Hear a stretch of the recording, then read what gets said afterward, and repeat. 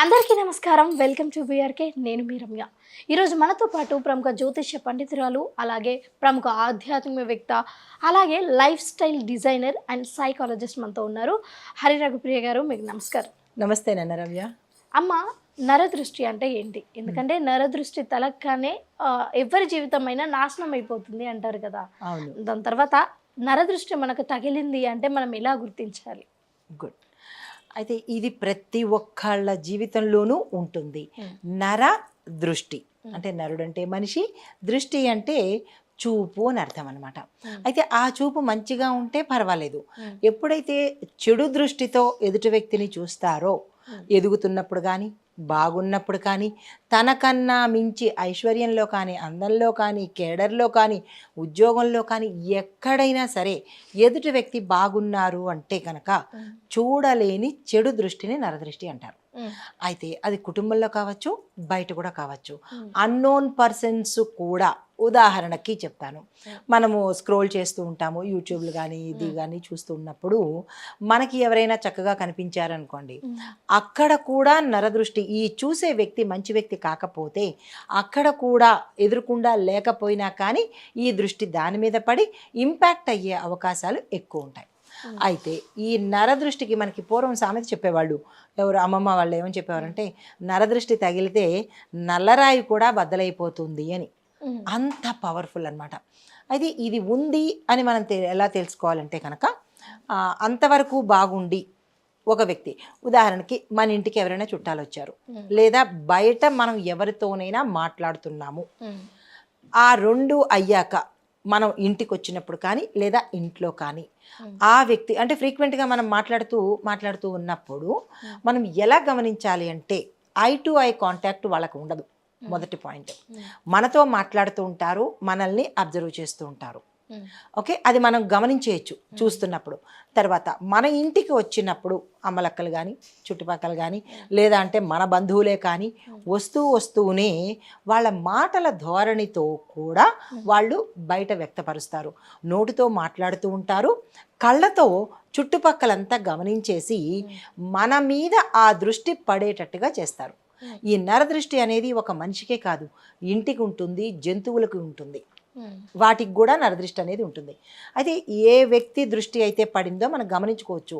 ఒకవేళ ఆ వ్యక్తికి కనుక ఫ్రీక్వెంట్గా తలనొప్పి రావడము, కళ్ళు తిరుగుతూ ఉండడము, ఇంట్లో అంటే ఒక వ్యక్తి గురించి చెప్తున్నాను, తర్వాత ఇల్లు సంగతి చెప్దాము.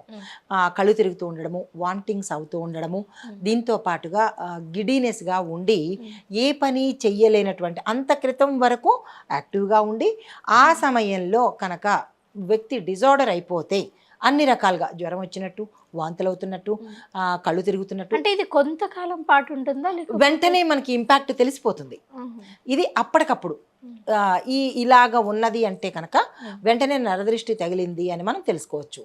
ఏంటి, సింపుల్గా ఒక వ్యక్తికి అయితే వెంటనే దాన్ని తొలగించుకోవడం ఎట్లా అంటే కనుక, వెంటనే అప్పటికప్పుడు పరిష్కారం ఏంటంటే, ఎవరికైతే తగిలిందో ఆ వ్యక్తి చేతిలోకి ఉప్పును తీసుకుని, నల్ల ఉప్పుని కానీ, కళ్ళుప్పును కానీ, రెండు ఏదైనా ఒకటి చేతిలోకి తీసుకుని అరచేతిలో పెట్టుకుని కళ్ళకి ఒక్కసారి చూపించి, ఎవరికి వాళ్ళు, పెద్దవాళ్ళు ఉంటే పెద్దవాళ్ళు తీస్తారు, లేదు అంటే కనుక మొత్తం తల మీద నుంచి కింద కాళ్ళ వరకు తీసేసి ఇలా రబ్ చేసేసి మనం షింకులో వదిలేస్తే కనుక వెంటనే తొలగిపోతుంది. అంటే మీరు చెప్తుంటే ఒకటి గుర్తొచ్చింది. ఇప్పుడు ఎప్పుడైనా మనం చిన్న ఉన్నప్పుడు ఎక్కడికైనా మంచిగా రెడీ అయ్యి బయటికి వెళ్ళినప్పుడు అమ్మమ్మలు కానీ అమ్మలు కానీ, నీకు దిష్టి తాకిందేమో అందుకే కడుపు నొప్పి వస్తుందేమో అని దిష్టి తీస్తూ ఉంటారు. అవును, అంటే ఆ దిష్టి నరదిష్ట? ఆ దిష్టి నరదిష్టి. అది చిన్నప్పటి నుంచి మనకు వస్తూ ఉన్నది.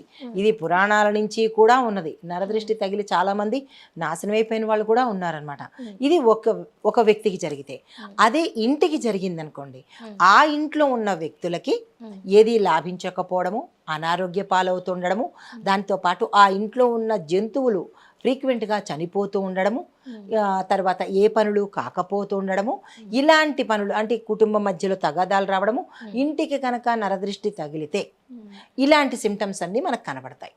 మరి ఆ సిమ్టమ్స్ ఇంటికి మనం ఎలా తీయించుకోవాలి అంటే కనుక గుమ్మడికాయని తెచ్చుకుని అమావాస్య రోజు కానీ పౌర్ణమి రోజు కానీ గుమ్మడికాయని తెచ్చుకుని ఒక గుమ్మడికాయ మామూలు సాదా గుమ్మడికాయ అంటే దైవికంగా ఎఫెక్టివ్ ఉండే గుమ్మడికాయ, ఇంకొక రెండో గుమ్మడికాయకి మనం ఏం చేస్తామంటే అంటే దాన్ని ఒక అంటే దిష్టిలాగా భయంకరంగా ఉండేటట్టు చూడంగానే ఏంటిది అన్నట్టుగా అంటే మన ఎదుటి వాళ్ళ దృష్టి డైరెక్ట్గా దాని మీద పడేలాగా ఉన్నట్టయితే కనుక మళ్ళీ ఆ తర్వాత చూసిన చూపు ఎన్నిసార్లు చూసినా మనకి ఇంపాక్ట్ పడదు.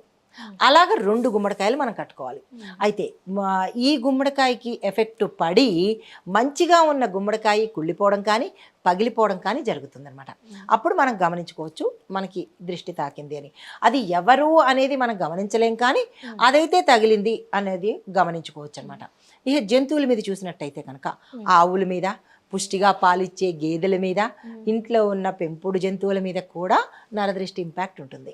ఆవులు గేదెలు అయితే పాలివ్వకపోవడము, ఉన్నట్టుండి అవి సొమ్మసిల్లిపోవడము, అనారోగ్యం పాలవడం వల్ల ఎవరైతే ఈ పాడి పంటలు చేస్తారో వాళ్ళు గుర్తించి వెంటనే రెమెడీ చేసుకుంటారు.